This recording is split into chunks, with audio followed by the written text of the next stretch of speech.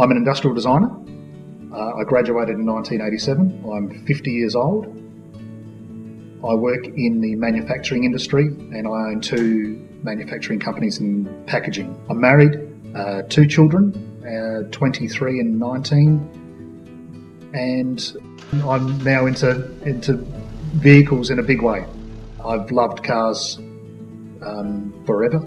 I had a particular interest in Formula One cars back in the 80s, and I have followed that ever since, but I've developed more of an interest in later life in rally cars.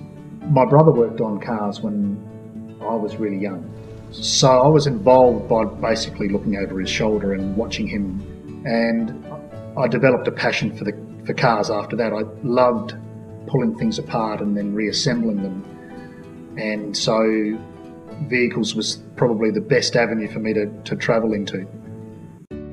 Whilst I was studying industrial design, the Formula One Grand Prix started in South Australia, and that was probably one of the best things that ever happened to me. I desperately wanted to work for a Formula One team, just designing their cars and being part of the team, and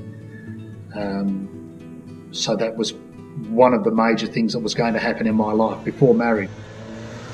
My family understands that I have a real love of cars. They're very understanding, although my children sort of seem to think that the car is the third child. That's not quite the case. The Lancia is a unique car.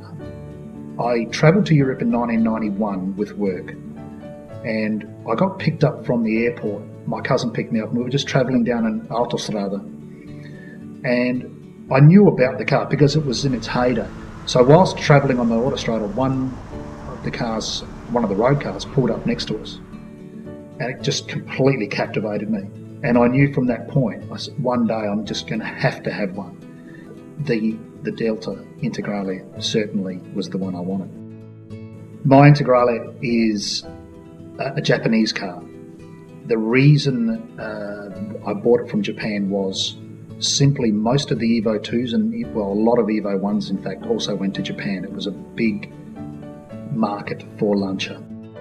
The other reason I bought it from Japan was the fact that no salt is used on the roads in Japan, so the rust factor or the possibility of any rust is very low. The Japanese tend after their cars, I suppose. They remove their shoes when they get into collectible cars. They don't modify them too much. You will find a lot of people that are right into this particular type of car will leave plastic on doors from delivery. Some of them will even leave the plastic on the carpet. I'd been looking for the car for 2 years, and I knew the combination that I wanted. As it happened, the car came up early in the morning on this particular day. I'd already had an agent lined up in Japan, and all I had to do was make a call and he would bid at auction for me. I got the phone call at about 7 o'clock that night saying, we got the car. I couldn't believe that I'd bought an Evo 2, one of the last ones made, and I was going to bring it to Adelaide. The feeling was fantastic. It was just one of those days where every button I pressed was right. The values now have just gone through the roof. My car is exactly as it came out of the ship. There was very little to be done. It was a remarkable car. The way it landed, the way it had been looked after in its from its previous owner was a real testament to them. So it's basically as you see it. When you look at those sort of things, you think yourself quite lucky, because the previous owner obviously loved it just as much as I love it, so they treat it well. It probably gets an oil change every 3,000 Ks now, and that's only because you want to make sure that you don't burn it out or you don't hurt it. You're really looking after something which is a bit of an iconic piece of motoring history. So you do whatever you need to.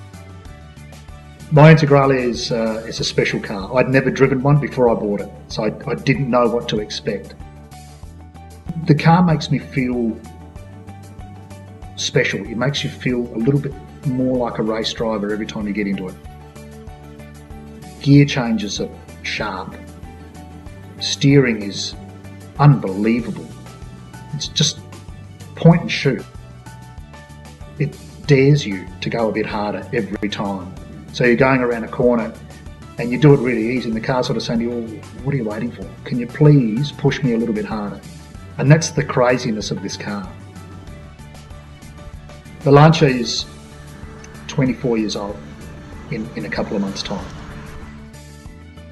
When you're driving the car on the road, you have more modern cars come up and they want to have a crack at you. It provokes a bit of passion in you. So when you drive it in the hills and you've got someone tailgating you and you decide, within the speed limit of course, to sink the boot in, they understand that a 24-year-old car can actually give them a bit of curry. It just promotes some real passion in your driving. My wife's fine with it. She understands that the car is a very important part of my life. It's not a midlife crisis car. It's a fully fledged fire-breathing rally car, and it has history, which means it's the quirkiness part of it, and she understands that I'm a little bit quirky. I had to work on it for probably 3 years before I could actually press the button on buying the car. Interesting journey. So we're working on the second car now. I've been working on it for about 12 months, so we'll probably another couple of years and I think we'll be ready for the next one. The next car is definitely going to be another Lancia. I don't know if I'll ever be able to afford it, but it's the S4 Stradale or the S4 Group B car. If you understand the history of Lancia and how they developed these cars, you'll understand that it's a full drive. You'll understand that it's supercharged and turbocharged, and you have to reintroduce yourself to driving. It's probably the most remarkable vehicle that I think I'll ever own, hopefully in my lifetime. I'll get there.